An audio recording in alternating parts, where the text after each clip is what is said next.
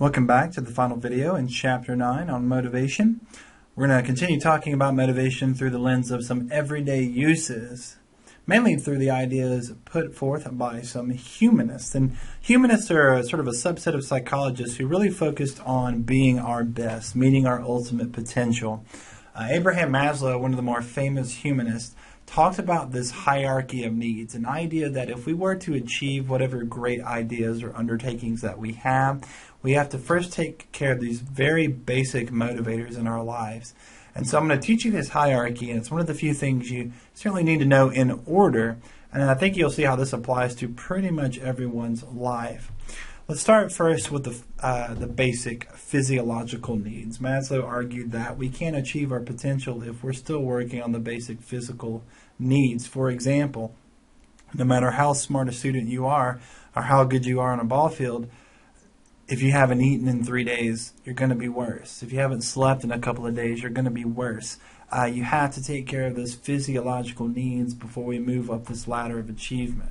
If you have that, Maslow argued we next needed safety or security needs.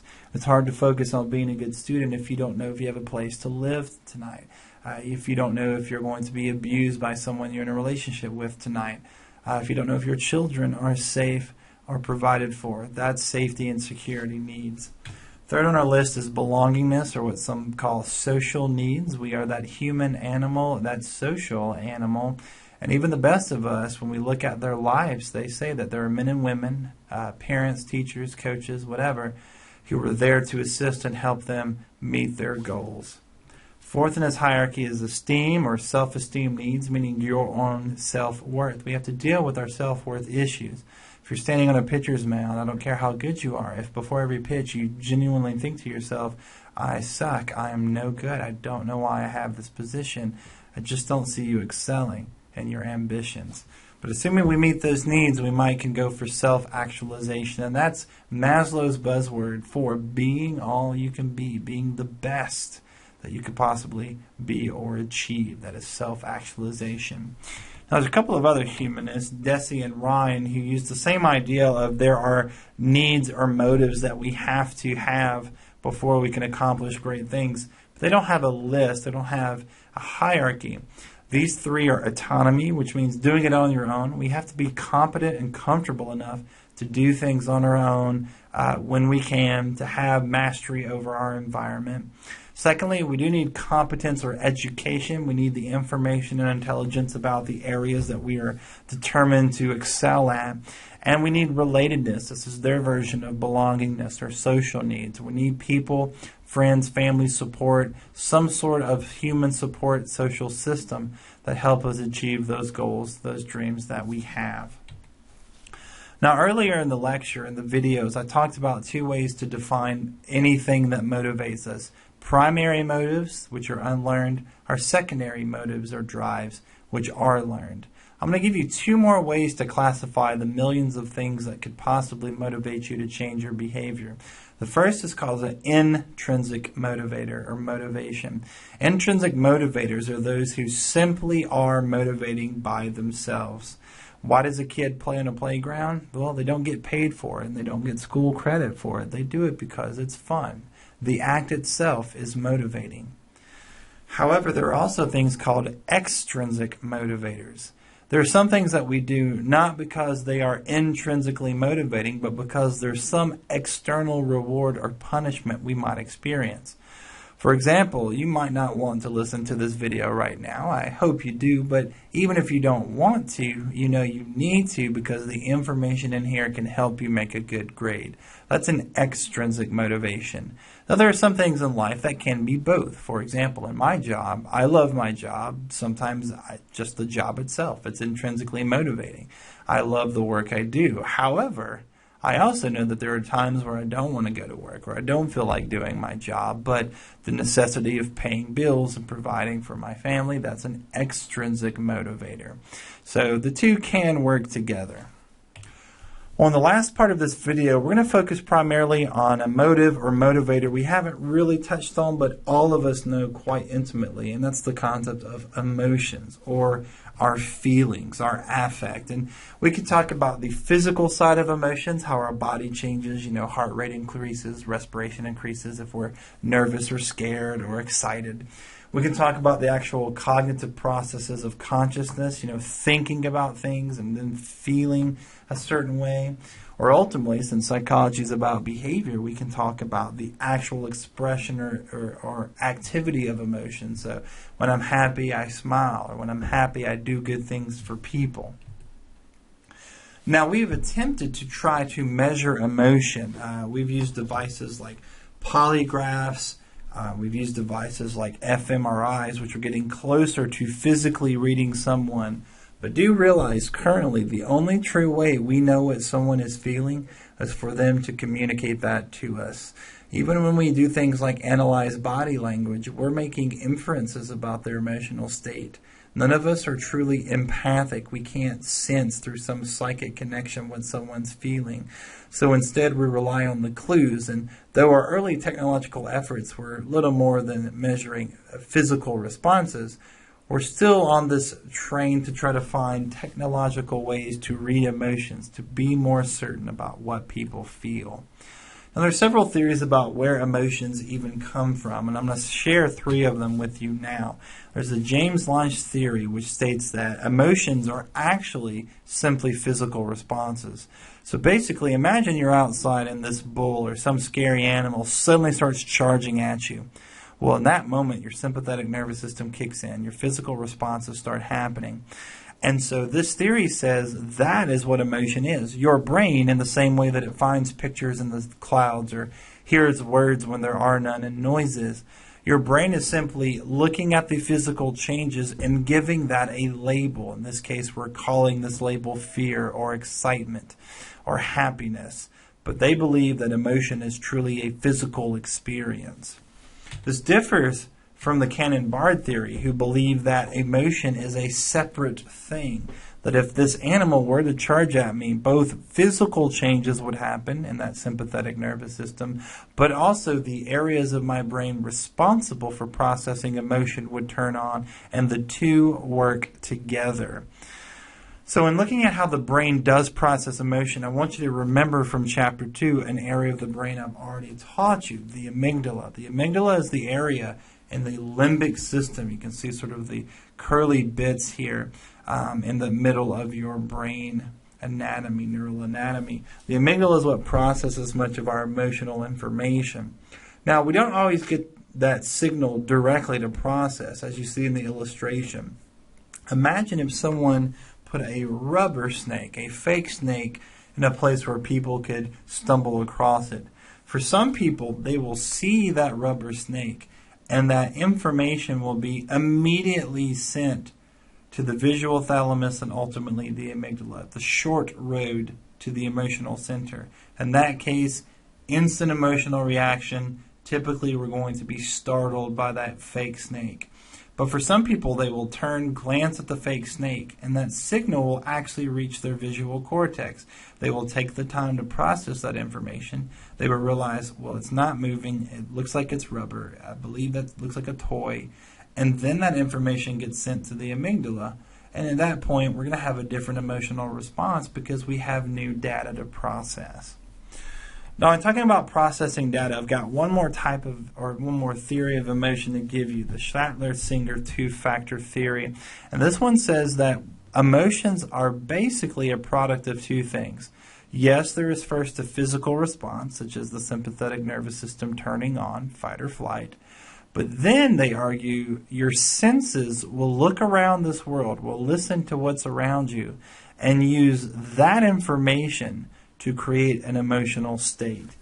And this has been demonstrated in several studies, but one I think you might find interesting is the Capigliano River Bridge, which you can read about in your book. The basic gist was, in this very scary bridge, the suspension bridge that's hundreds of feet above water and rocks, though it is secure, it is kind of a thrilling walk for many ongoers. Well, they found that when a test experimenter basically sent a subject, a attractive woman, and she randomly stopped men and asked them questions. Some of the men she stopped were in the middle of the bridge. Some of the men she stopped were at the end of the bridge. When the men left, the experimenter stopped those men and asked them, "Did you find that woman attractive?" What they found was more men found the woman attractive if they were standing in the middle of the bridge. What does that mean? Well, it sounds like this theory of emotion, the idea that their brain was reading the physical changes. Their heart rate was up, their respiration was up, because their body is sensing some level of danger. But in this case, looking at a woman, they interpreted those same sensations that you might feel when you're aroused as attraction.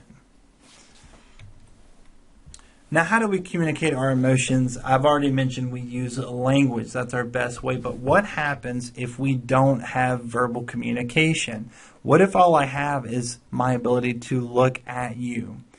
Well, most of you can guess our best bet is through facial expressions. Humans seem wired to experience facial expressions. In fact, we find that even boys and girls who are born blind still make the same facial expressions. They smile when they're happy, they frown when they're sad. So the basic emotional responses and our facial expressions that pair with them tend to be innate or biological. It doesn't mean environment doesn't play a role, however. For example, you've learned the different rules of when to display emotions.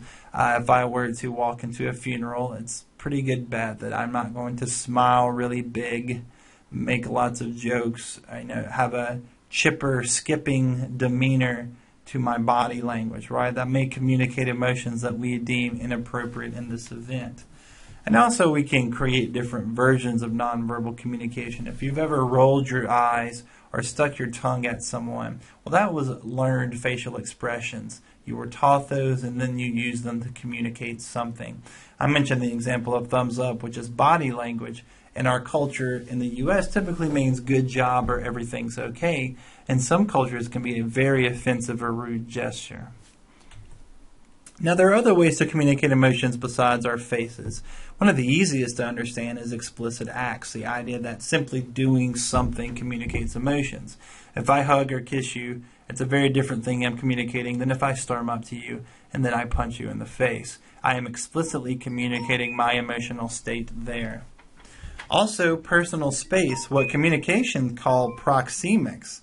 The idea that humans seem to be wired to communicate through space. So if you're standing very close to someone, the typical message is that you're comfortable, familiar, perhaps even intimate with that person. If you stand very close to someone that you don't know, that can make both of us uncomfortable. And finally, like with thumbs up, there are body gestures. Any number of ideas, any number of attitudes can be communicated through our body language.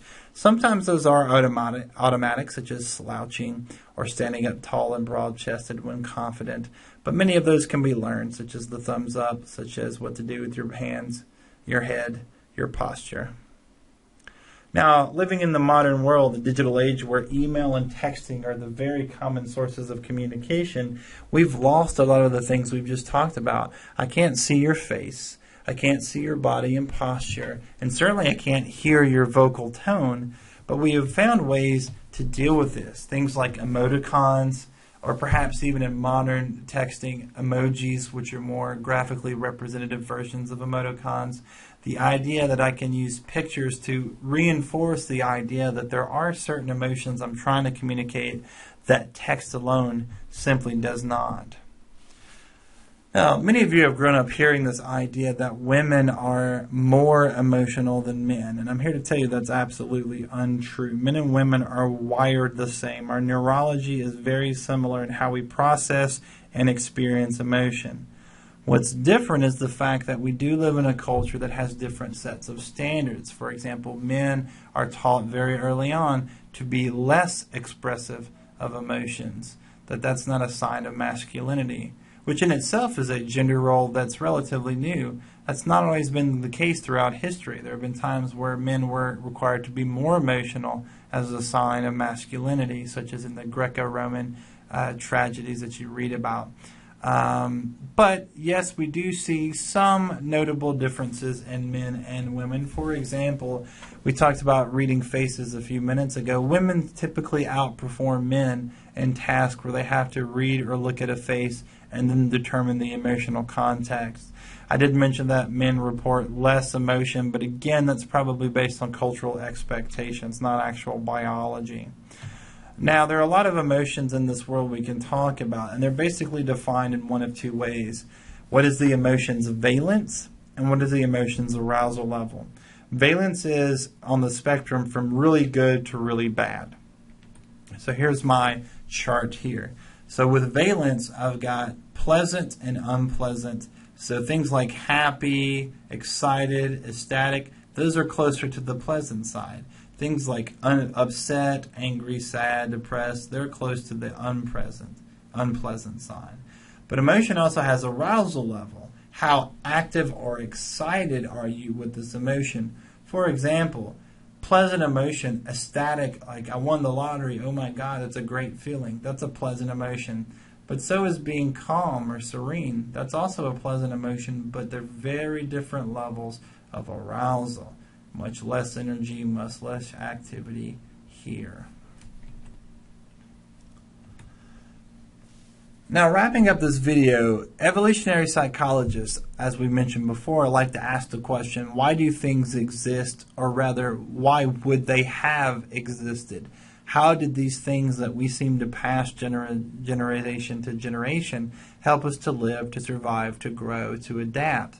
Well, negative emotions, those are easier. Like, why would we be angry? Why would we have fear? Why would we be violent? Well, it makes sense. There are certain situations, if nothing else in the wild, that responding in anger or responding in fear could help keep us alive, could help us and our family survive.